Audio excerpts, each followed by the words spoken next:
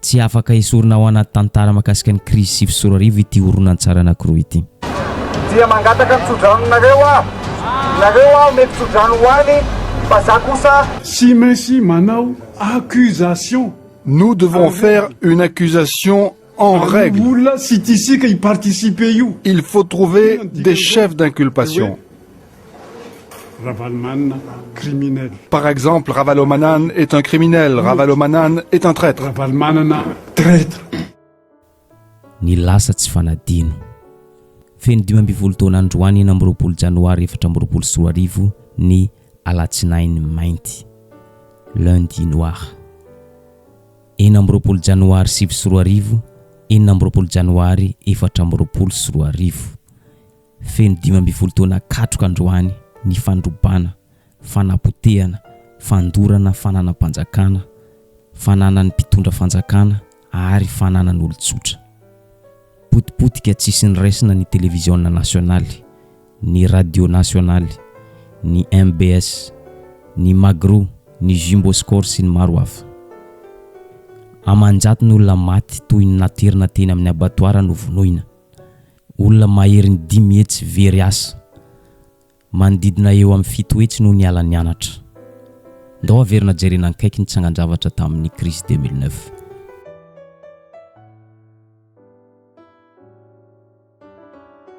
Averina ampatsiavinantsika ny tsanganjavatra tamin'ny 2024.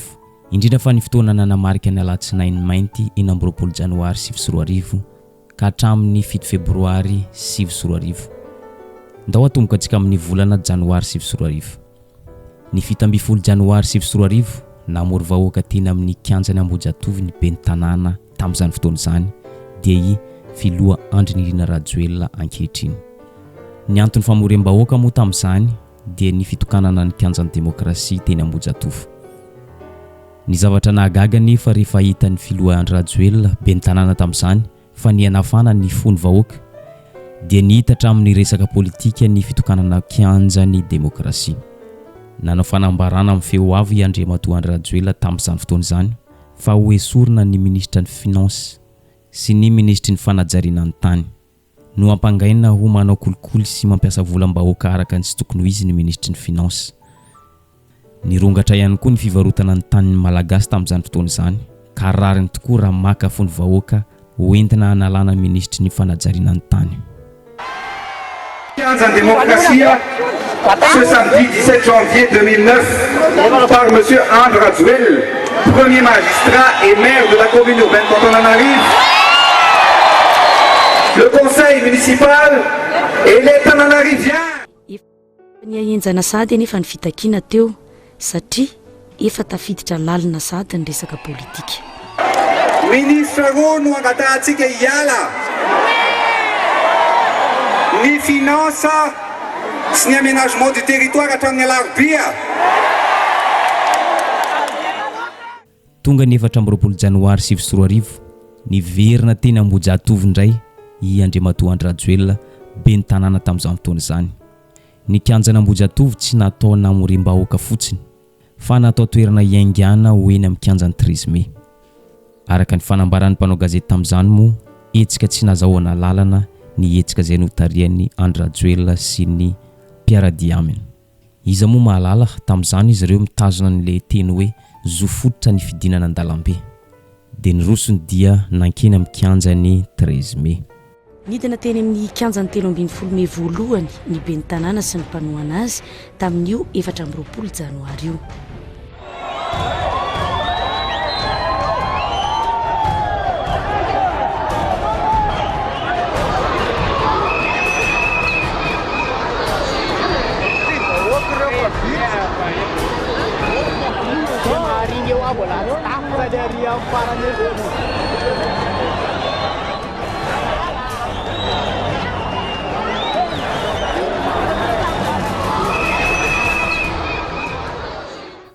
Eto amin'izay isika ity 14 janoary 2024 teny amin'ny kianjany 13 mai ity no nentina nanomanana ny lundi noir alatsinainy mainty. Natao izay fomba rehetra nakana ny fony vahoaka. Rehefa vita izay nalentika tao anatin'ny sainy vahoaka fa tolona ho an'ny tanindrazana ity. Tamin'ity kianjany 13 mai ity ihany no nitakiny Andry Rajoelina ny ialany gouvernemanta nitariany Rabemananjara. Fa ny zavatra nanetra tamin'ity toe-javanisy ity dia zao: Andry Rajoelina nanao fanambarana fa tsy mianatra ny mpianatra rehetra amin'ny latsinainy. Izany mpianatra resahana izany tsy ankanavaka tafiditra ao anatin'izany eny amin'ny anjerimanontolo. Tsy ministry ny fanabeazana na koa manana andraikitra ao amin'ny ministerin'ny fanabeazana izy, fa amin'ny alalan'ny mampitarotolona azy no nanaovana izany mba hahatonga mpianatra rehetra natevin-darana amin'ity lundi noir ity. Mazava ho azy fa ampiakatra ny maripahana ny tolona ny mpitarotolona tamin'izany.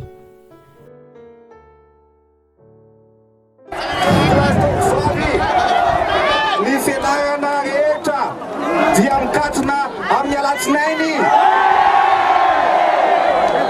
na ny université io, na ny fianarana privé io, na ny fianaram-panjakana io, na ny fianarana katolika io, na ny fianarana protestante io, mikatona tomboky lazy tomboky valy.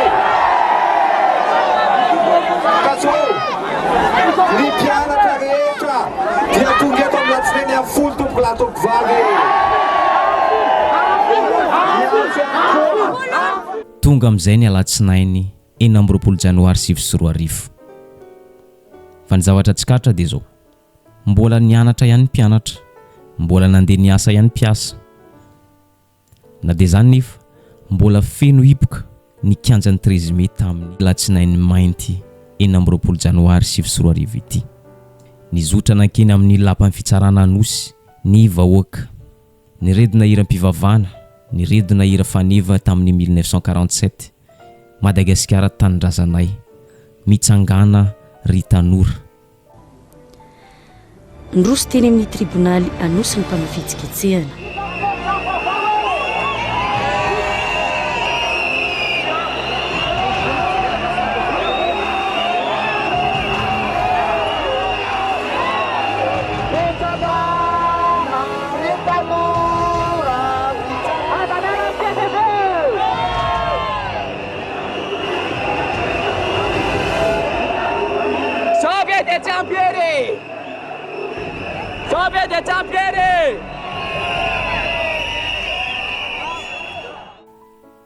Araka hitantsika amin'ny sary io dia tena nafana vo tanteraka ny vahoaka. Ny tena nampiavaka n'ity lundi noir ity dia zao: tsy nisy fanelanelanana avy tamin'ny mpitandro filaminana, tsy nisy sakantsakana, afaka nanao izay tiany atao ny vahoaka.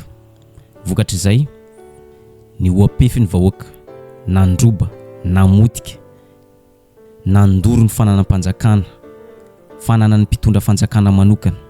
Fa ny tena loza dia nanimba fananan'olon-tsotra, satria tamin'izany tsisy bedy, tsy misy manakatsakana, afaka nanao izay tiany atao ny vahoaka. Ny afara tamin'ny fandorana ny televizionna malagasy sy ny radio pirenena ity hetsika ity.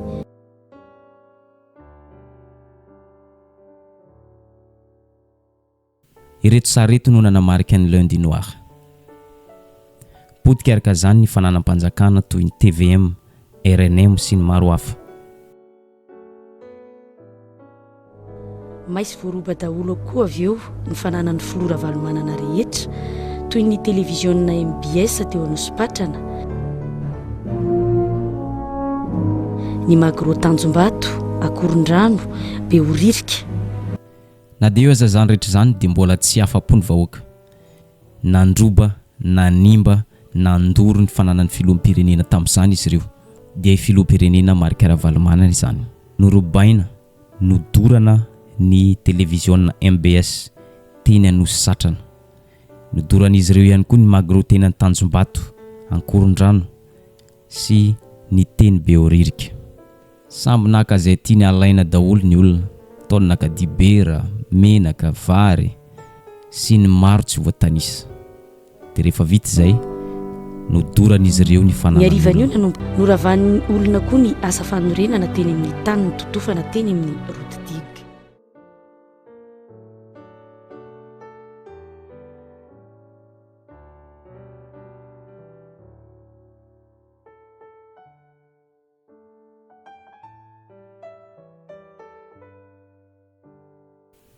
tamin'ity alatsinainy 20 janoary 2024 ty ihany hita fa tsy nijanona treo ny etsy-bahoaka. Mbola tsy afapo izy ireo tamin'ny fandrobana izay nataon'izy ireo tamin'ny atoandro. Notohizan'izy ireo zany tamin'ny arivany 20 janoary 2024 latsinainy mainty. Nandeha nandroba fananan'olona teny Ankorondrano, Behoririka, Analakely ka hatrany 67 hektara.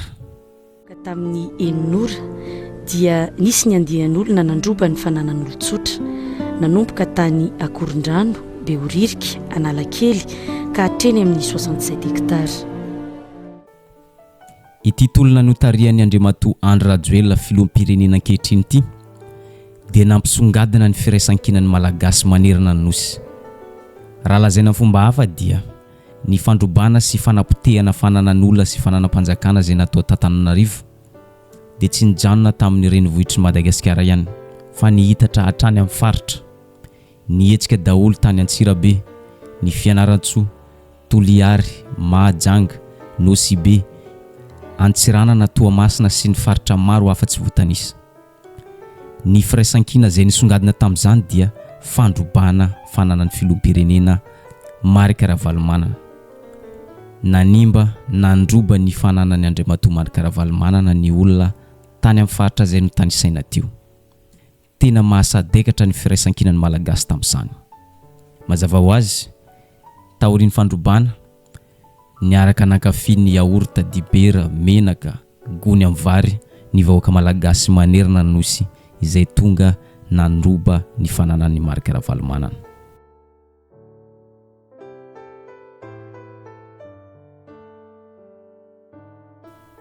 Hitany Andriamatoa Marc Ravalomanana fa nianafana ny hafanampon'ny vahoaka. Hitany fa romotra tsy mafehy-tena ny ankabetsan'ny vahoaka teto Madagasikara tamin'izany.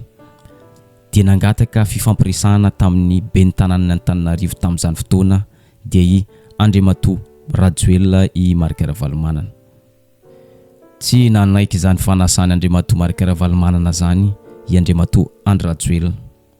Nanda izany fanasana zany tamin'ny minitra farany i ben'ny tanàna tamin'izany Andriamatoa Andry Rajoelina filoham-pirenentsika ankehitriny.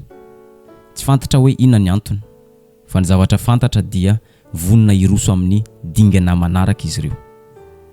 Ary tsy hitsoaka raha tsy mahomby ny tolona. Tonga ny 7 febroary 2024 niroso tamin'ny planina izay fanomanin'izy ireo i Andry Rajoelina sy ny mpiaradia aminy. Nidina niverina teny amin'ny kianjan'ny 13 Mai indray izy ireo tamin'ny fomba malalaka tsy misy sakantsakana. Ity famoriam-bahoaka tamin'ny 7 février 2009 ity no nanaovan'izy ireo mission rehetra izay nokasain'izy ireo. Nanangana fitondram-panjakana manokana izy ireo dia ny teteza mita. Ny filoha tamin'izany moa Andry Nirina Rajoelina, Andriamatoa Monja Roandefo Zafitsimivaly kosa no natao Premier Ministre teny amin'ny 13 Mai. Tolotra ny mpitolona teny amin'ny kianjan'ny 13 Mai ny maraina ny Premier Ministre ny teteza mita dia Andriamatoa Monja Roandefo. De la transition vers la 4e République nomme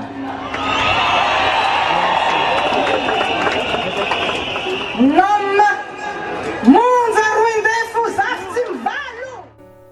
Rehefa vita ny fanendrena ny Premier Ministre, tsy ny andrela fa tonga dia niasa ny filoha sy ny Premier Ministre tamin'izany fotoana izany. Satria ny antony dia zao, ny antoko TGV dia haingam-pandeha ary miasa ara-potoana.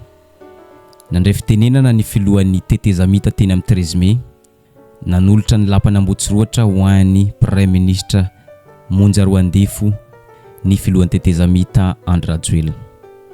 Rehefa nandray fitenenana ny Premier Ministre ny kianjan'ny 13 Mai Monja Roandefo dia natao izay fomba rehetra ampiakarina ny hafanam-po-bahoaka. Natao izay fomba rehetra hatsapan'ny vahoaka ny fitiavan-tanindrazana maty ho an'ny tanindrazana. Dia iny tokoa nahomby izany, dodina tokoa ny vahoaka ary vonona ho faty ho an'ny tanindrazana. Satria ny tanjona dia iombonana, ny hanafaka ny Madagasikara amin'ny fangejany mpitondra. Ao anatin'izany ny fahalalana maneho hevitra, liberté d'expression. Hanafaka ny malagasy amin'ny fahantrana ary ametraka ny mpitondra zay mamim-bahoaka dia i Andriamatoa Andrinirina Rajoelina tamin'izany fotoana izany. Rehefa hitan'ny Premier Ministre monja roa andefy fa tafakatra amin'ny maripahana zay tadiavina ny hafanampom-bahoaka dia nametraka zao iteny zao izy: ho alaitsika androany ve ny lapany Ambotsiroatra? Tsy nisalasala ny vahoaka malagasy ny orakoraka namaly an'izany. Zao de zao alaina ny lapany Ambotsiroatra. No zay zavatra zay dia nizotra nankeny amin'ny lapany Ambotsiroatra ny vahoaka.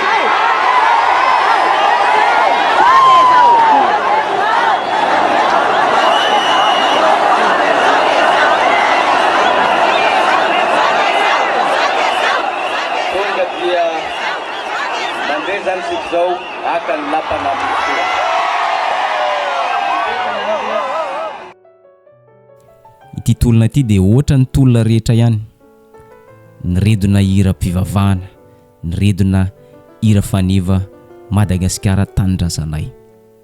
Nefa zavatra tsy fantatry ny vahoaka dia aterina any amin'ny abattoir izy ireo, toy ireny olona atao sorona ireny. Fa ny vahoaka tsy manantsiny dia tsy misy afa-tsy ny fitiavan-tanindrazana no ao anatin'ny saina izy ireo. Ary zay no antony voalohany nahatonga azy ireo nidina an-dalambe, te hiala amin'ny fanagejana zay ataon'ny fitondram-panjakana tamin'izany fotoana izany.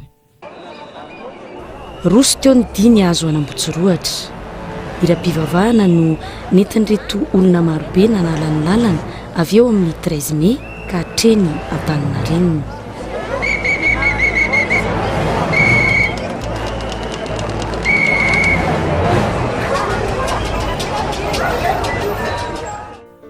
Eto amin'ny lapany Ambotsiroatra amin'izay isika. Araka hitantsika amin'ny sary io dia hita miharihary fa tsy voatazona ny vahoaka.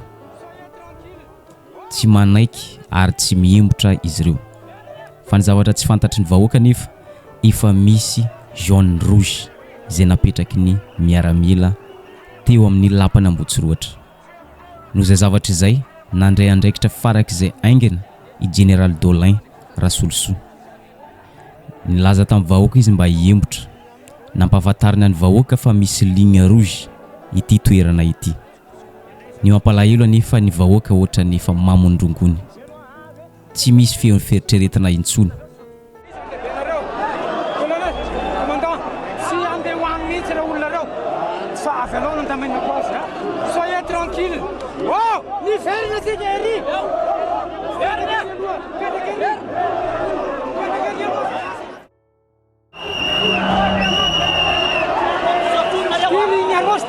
Dépassé tunareo zay voatifitra ato dia matimaty fotsiny napa ka avelao anaovanay azy okan'izay général ino moa tsy garantie tsony nareo raha ohatra nareo mifranchirana io.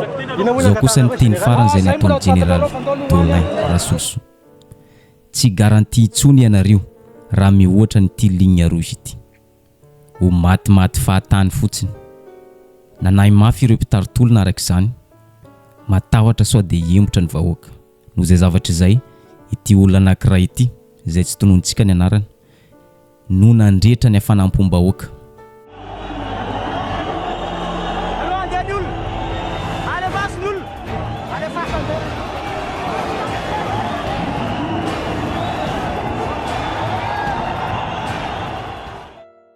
Nampirisika ny vahoaka mba hiroso. Aleo ny olona andeha hoy izy. Iny ihany no ela dia raikitra ny fitifirana, ny refodrifotra ny poabasy satria nanitsaka ny jaune rouge ny vahoaka malagasy. Ny tena nalatsadinika tamin'ity tifitra vararaka ity dia mahita vahoaka izay mitsoka lavitra ny jaune rouge nefa mbola misy mitifitra ihany, tsy fantatra hoe tifitra aveza. Vokatra izay zavatra izay dia 50 mahery no maty tamin'izany fotoana izany, ary mahery ny 50 kosa ireo naratra. Mampalahelo ny vahoaka, maty fahatany. Mipetraka ary ny fanontaniana, iza marina no tena tompona andraikitra tamin'ny fitifirana ny vahoaka tsy manantsiny. Araka ny fanehoan-kevitry Jean-Éric Rakotoarso, filohan'ny ACC teo aloha, tsy maintsy ataony fanadiadiana hoy izy. nametraka fehinkevitra ihany koa izy somary sarosarotra ny fanaovana fanadiadiana satria zao tsy mahaleo tena ny fitsarana eto Madagasikara voabaiko ny mpanao politika hany ka raha ohatra ka manao fanadiadiana miara-miasa amin'ny fitsarana eto amintsika dia azo antoka fa tsy hisy zavatra inoan'olona na dia iray aza. Ny soso-kevitra narosony dia zao aleo tsy ny fitsarana eto Madagasikara ihany no manao fanadiadiana fa aleo ampiarahana amin'ny mpanao investigation avy any ivelany mba azahoana vokatra tsara tsy misy kajikajy politika. Ny manahirana zany zao raha hoe ny fitsarana manao azy mety sy tsipaka indray zay valiny fanadiadiana hoe ny fitsarana dia mitongilana na ohatran'izao satria zavatra manahirana zany eto amintsika amin'izao fotoana izao dia eo amin'ilay fahaleovantena ny fitsarana. Raha malala fa ny mpitsara tamin'ireny fionam-be mpitsara hoe asizy ireny mbola mitaky ny fahaleovantena ny fitsarana dikan'izay zany mbola tsy misy le izy dia na hoe tena le zavatra marina raha nivoaka dia mety misy ity tsy zay mitsy le izy fa resaka politika no anaovana azy. Zay zany zao ny zavatra manahirana. Ny vahaolana amin'izay dia tokony hanangana voamiera malo tena zany anao ny fanadiadiana io. Asa raha tena tafatsangana zany ny rafitry ny teteza mita dia ny filan-kefim-pirenena momba ny fampihavanam-pirenena afaka mampanangana an'izay dia atsangana izay dia tsy maintsy olona itokisany rehetra kosa zany tsy maintsy hanadiady eo hoe zay ny tona maromaro taorian'izay dia nanao ampamoaka i lieutenant colonel Charles mba hanampiana ireo mpanao fanadiadiana mba hanamora ny asa zay ataon'izy ireo. No tanisainy tao anatin'ny fanambarana zay nataony ireto anaran'olona ireto. Fa ny nampalahelo anefa tsy nisy toyiny zany, tsy nisy ny raharahany zany, tsy nisy fisamborana, tsy nisy fanadiadiana. Nasongadiny tao ihany koa ity video anankiray ity lay makasika hoe tsy maintsy manao accusation, tsy maintsy manendrikendrika any Andriamatoa Marc Ravalomanana, traître Jolay. Tsy maintsy manao accusation. Nous devons faire une accusation en règle. Il faut trouver des chefs d'inculpation. Par exemple, Ravalomanan est un criminel, Ravalomanan est un traître. Maro dia maro ny zavatra azo resahana raha ny krizy 7 no resantsika. Ireny ihany no teboka nahatsongadintsika mba hampatsiahivana ny lasantsika araka ny fiteny mahazatra hoe ny lasa tsy fanadina. Eto ampamarana dia zao iny tolom-bahoaka tamin'ny 7 iny izay niteraka krizy nampitondra faisana ny firenentsika iny dia zao tolona nentina nitaky fahafahana, nitaky fahalalana miteny, fahalalana maneho hevitra, nitaky ny amotehana ny jadona, ny famoretana, ny kolikoly ary ny fivarotana ny tanin'ny malagasy, ny resaka monopolisation sy ny maro hafa zay tsy voatanisantsika. Fanontaniana ety amin'ny farany dia zao aiza ho aiza misy ny firenentsika amin'izao fotoana iresantsika zao, aiza ho aiza ny fandrosoan'i Madagasikara amin'ny fotoana iresantsika zao. Manana tombony isika anaovana an'izany évaluation zany satria ny filoha mpitaritolona tamin'izany fotoana izany, ny filohan'ny teteza mita tamin'ny 7 no filohan'ny pirenentsika ankehitriny ary izy ihany koa ny filohantsika tamin'ny 5 taona lasa izay apetraka amin'ny fitondrana ankehitriny ary ireny fanontaniana ireny. Aiza ho aiza ny fahalalana miteny, aiza ho aiza ny fahafahana maneho hevitra ankalalahana. Efa miaina lavitra ny kolikoly ve ny fitondram-panjakana, manahoana ny fandriampahalemana sy ny maro tsy voatanisa. Amin'ny fotsy miangatra miteny ny zava-misy isika. Madagasikara ankehitriny dia rambony, anisan'ny firenena tena mahantra indrindra eran-tany, mitazona laharana faharoa amin'ny firenena izay tsy ampy sakafo i Madagasikara. Mirongatra ny tsy fandriampahalemana, asan-dahalo, fanapahan-doha etsero, tsy misy ny fahalalana miteny na maneho hevitra, miakatra dia miakatra ny tahany kolikoly sy ny maro hafa tsy voatanisantsika eto. Avelako ho antsika tsirairay maneho hevitra manoloana ny fanontaniana izay napetraka teo aloha, valiana araky ny toe-java-misy ankehitriny. Ny zavatra farany azo ambara dia zao: ny vahoaka malagasy mia mahantra, mia sahirana hatrany, fa ny mpitaritolona tamin'ny 2024 dia mia manan-karena sady miadan-tsaina tsy matadidy ireo olona maty natao sorona teny amin'ny lapana Ambotsirota intsony.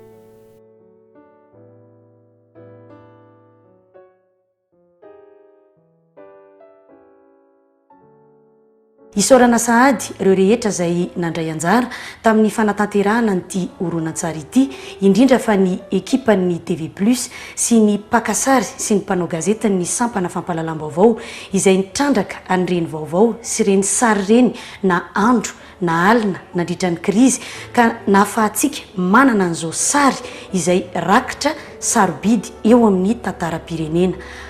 Ary zay ihany koa mamarana ny vidéontsika androany, aza adino misabone sy manisy j'aime ny vidéontsika amin'ny manaraka indray.